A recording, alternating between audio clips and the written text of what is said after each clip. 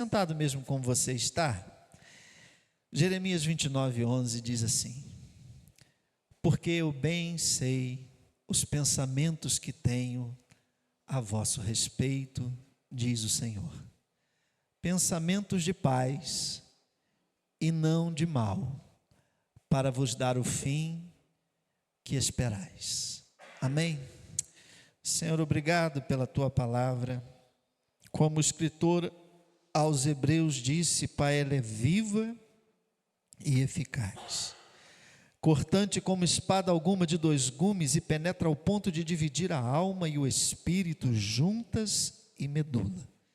É apta para discernir os pensamentos e até mesmo as intenções do coração. Fala conosco nesta manhã, Pai, precisamos e queremos ouvir a tua voz. A tua voz, Senhor Deus, nos traz alento, a tua voz nos traz direção, a tua voz nos reanima e nos reveste, Senhor Deus, de autoridade e poder para fazer a obra do Senhor. Então, Pai, fala conosco nesta manhã, em nome de Jesus. Amém. Jeremias, irmãos, escreve não a um povo em paz, não a um povo que está em momento tranquilo, descansando em seus lares, em suas casas, não. Jeremias escreve a exilados que estão no exílio da Babilônia.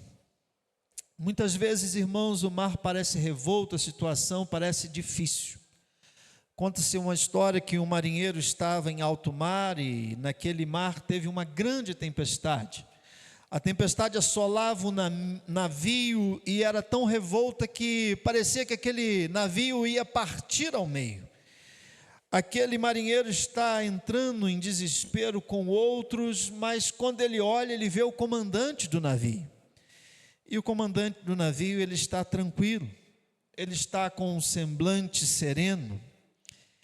E o comandante olha para aquele marinheiro desesperado e diz para ele: calma, o mar pode balançar, mas não muda o nosso destino. O Senhor às vezes quer dizer assim para mim e para a tua vida: calma, o mar da vida pode te balançar, mas o seu destino está reservado. O nosso destino, irmãos, está reservado, por isso que o cantor, o poeta cristão disse: mas eu bem sei em quem tenho crido, indo do nosso cantor cristão, né? Estou certo que é poderoso para guardar o depósito até o dia final. O mar estava revolto para o povo de Israel, um povo que chorava, porque estava longe de casa, vivendo incertezas, e até um certo sentimento de abandono, como quem diz: será que Deus não vê a situação aonde eu estou? Eles imaginavam que Deus havia se esquecido deles, e aí é nesse momento que a palavra de Deus vem através de Jeremias, dizendo esse verso que é um alento ao coração daquele povo, mas é um alento também ao nosso coração. O Senhor diz para o povo que estava no cativeiro da Babilônia, mas diz para mim e para você também: eu bem sei os pensamentos que tenho a vosso respeito, pensamentos de paz e não de mal, para vos dar o fim de que esperais. Deus escreve isso, irmãos, para um povo que está quebrado. Não era dia de festa, não era dia de alegria, não eram pessoas num conforto, mas eram pessoas em um cativeiro. Assim, irmãos, como Israel esperava o dia de voltar para casa, nós também esperamos algo maior. Nós esperamos o retorno do nosso Senhor, que nos levará para um lar eterno, um lar que a palavra de Deus diz que não haverá choro, pranto, ranger de dentes. O que esse texto nos ensina, irmãos? Em primeiro lugar, que Deus tem um plano, mesmo quando eu não estou conseguindo enxergar. Eles podiam perguntar, como muitas vezes eu pergunto e você também pergunta: onde está Deus? Por que Ele está demorando? Mas a resposta do Senhor é essa: eu é que sei. Eu não preciso saber. Você não precisa saber. Jesus está dizendo ao meu coração, ao teu coração, Deus está dizendo ao povo de Israel: vocês não precisam saber tudo, vocês precisam confiar em mim. Irmãos, um dos grandes desafios da vida é confiar em Deus. Confiar e não se desviar. Confiar e não querer agir com as suas próprias mãos, com os seus próprios recursos. Confiar. À volta de Jesus, irmãos, muitos perguntam: por que Jesus ainda não voltou? Mas a Bíblia vai dizer o seguinte: Ele não voltou porque Ele é paciente. E Ele ainda está salvando vidas. Deus ainda está cumprindo o seu plano, que é maior do que o meu, que é maior do que os seus. E muitas vezes, irmãos, o silêncio de Deus não é a ausência dele. O silêncio de Deus às vezes é uma estratégia que eu não vou entender e que você não vai entender, mas que Ele sabe o porquê. E quando eu não entendo o plano, eu preciso confiar naquele que fez o plano. Tem uma canção que diz: Jesus, plano melhor, nunca chega atrasado. Quem não tem muita noção de obra, irmãos, não consegue ver pronto antes de estar pronto. E por isso que algumas pessoas se dão ao trabalho de ser arquitetos e engenheiros. Porque para você pode ser só um monte de areia, um monte de tijolo, um monte de cimento, mas para o arquiteto, para o engenheiro, ele já vê aquilo ali pronto. Ele já vê aquilo acabado. Então, às vezes, irmãos, onde a gente só vê caos, Deus está vendo uma obra pronta e acabada. O que eu tenho que fazer, pastor? Eu tenho que confiar, porque os pensamentos dele são pensamentos de paz, não de mal. Em segundo lugar, irmãos, o plano de Deus, ele sempre vai convergir em esperança. Pensamentos de paz, não de mal. E a palavra paz aqui é uma palavra muito conhecida nossa, é shalom. E shalom, irmãos, é plenitude, é completude, é restauração. A volta de Jesus, irmãos, é essa consumação do shalom de Deus. Quando Ele voltar, toda lágrima cessará. Quando Ele voltar, o sofrimento terá fim. Quando Ele voltar, a injustiça será julgada e a justiça será praticada. Às vezes, irmãos, nós nos revoltamos nas nossas entranhas com tanta injustiça que acontece, não é verdade? Mas olha, fique tranquilo, porque o justo juiz, ele vem, e o justo juiz julgará com equidade. Porque a volta de Jesus, irmãos, não é o fim da história.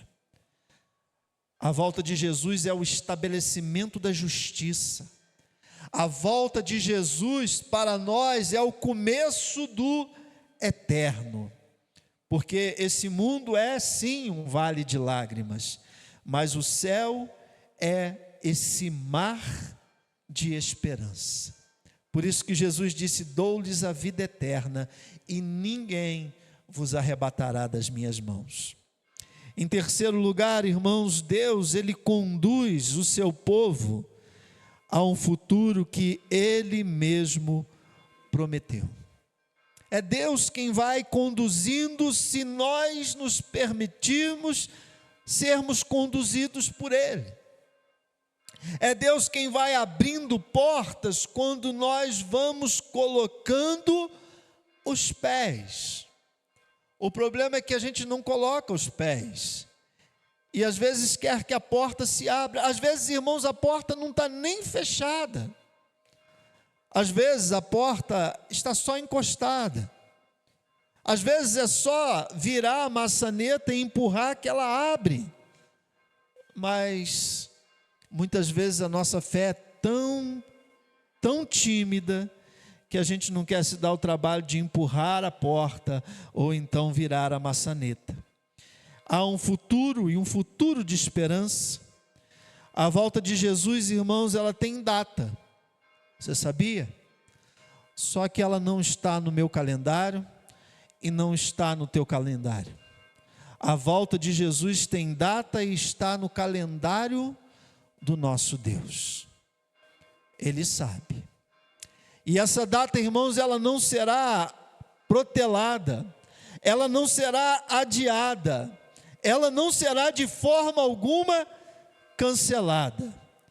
E por mais longa que pareça ser a noite da história, haverá uma manhã de glória, onde Jesus virá. E a pergunta é: você está preparado? Nós queremos nos preparar nesse mundo para muitas coisas, nós queremos nos preparar para a enfermidade, então corremos atrás de ter um plano de saúde, ou de cuidar previamente da saúde. Nós queremos estar preparados para as dificuldades financeiras que virão, então fazemos economias, guardamos, mas precisamos urgentemente fazer depósitos nos céus. Precisamos urgentemente estar preparados, porque Ele virá. Durante a Segunda Guerra Mundial, uma pequena cidade na França viveu uma ocupação nazista. E muitas famílias foram separadas. E entre uma delas, um pai foi levado para o fronte de batalha, deixando sua esposa e seu pequeno filho. E toda noite o filho perguntava para a mãe: mamãe, o papai não vai voltar? E aquela mãe dizia o seguinte: meu filho, ele prometeu que voltaria. Mas os meses passaram, anos, a guerra acabou, e ele não tinha voltado ainda. Um dia a mãe estendia as roupas no varal, e aquele menino já maior, ele viu à porta a silhueta de um homem, e aquele homem gritou pelo seu nome. E quando ele abriu a porta, ele reconheceu, e ele gritou para sua mãe: ele voltou. Mamãe, ele voltou. O pai voltou. O pai vai voltar. O filho vai voltar. E nós precisamos tão somente, irmãos, estarmos preparados. Porque assim será com uma igreja. Deus tem um plano.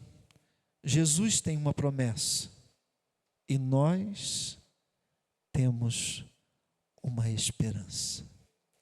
A esperança de que Ele virá. Pastor, o que eu preciso fazer? Permaneça fiel. Permaneça fiel. Lá na carta às igrejas do Apocalipse sempre tem: ao que vencer, ao que permanecer fiel. Esse comerá da árvore da vida, esse pisará nas mansões celestiais. Seja vigilante.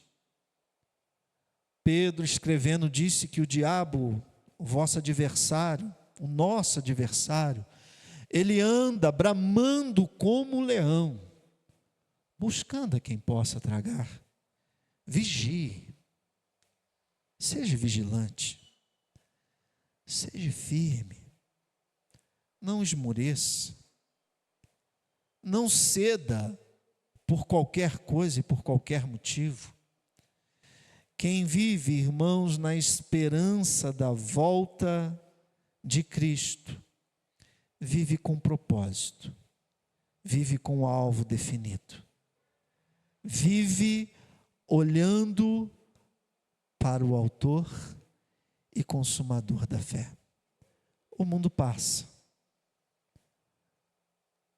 O apóstolo João vai dizer que o mundo passa, as suas concupiscências, ou seja, os desejos da carne, mas ele diz, olha, aquele que faz a vontade de Deus, esse permanece para sempre. Não deixe que nada te atrapalhe fazer a vontade de Deus. Não deixe que a opinião do outro, não deixe que o problema do outro, a dificuldade do outro, a dificuldade da vida, te prive desse grande privilégio de fazer a vontade de Deus. Jesus disse lá em João 9, enquanto eu estou no mundo, eu sou a luz do mundo. Querido, enquanto você estiver aqui nesse mundo, seja uma luz para esse mundo. Seja uma luz para este mundo. Quero te convidar a falar com Deus nesse momento. Eu não sei quanto a você, mas para mim é muito bom saber que o Senhor tem planos abençoadores, planos de paz e não de mal, para dar o fim que desejamos. Seja fiel, seja vigilante, seja firme, constante, sempre abundante na obra do Senhor, sabendo que, olha, a gente faz muito trabalho aqui na vida que é em vão. Quando eu consertava impressora, já falei isso aqui, às vezes eu montava toda a impressora e quando ligava para testar o mesmo problema, e eu pensava assim, puxa, todo o trabalho que eu fiz foi em vão. Mas a palavra de Deus diz que no Senhor, nenhum trabalho nosso é em vão. Senhor, como é bom trabalhar para o Senhor, como é bom te servir, como é bom ser filho e filha do Senhor. Pai, nos ajuda, Pai, e o Senhor sempre nos ajuda. E a Tua palavra vem nessa manhã dizer ao meu coração e ao coração dos meus irmãos, que os Teus planos para a nossa vida, Senhor Deus, são maravilhosos. Eu confio nessa palavra, Pai. Eu creio na verdade dela, porque eu creio naquele que prometeu. Fiel é o que prometeu. E sobre a Tua promessa, Pai, eu vou viver com uma viva esperança no coração. E esse, Senhor Deus, é o desejo do Senhor para o coração de cada um querido que aqui está nesta manhã. Agora, Senhor Deus, que vamos relembrar o Teu sacrifício na cruz do Calvário, que o nosso coração, Senhor Deus, esteja voltado para aquela cena, porque através, Senhor Deus, do Teu sacrifício, nós temos paz. Tua palavra diz que o Senhor estava ali naquela cruz, reconciliando consigo mesmo o mundo.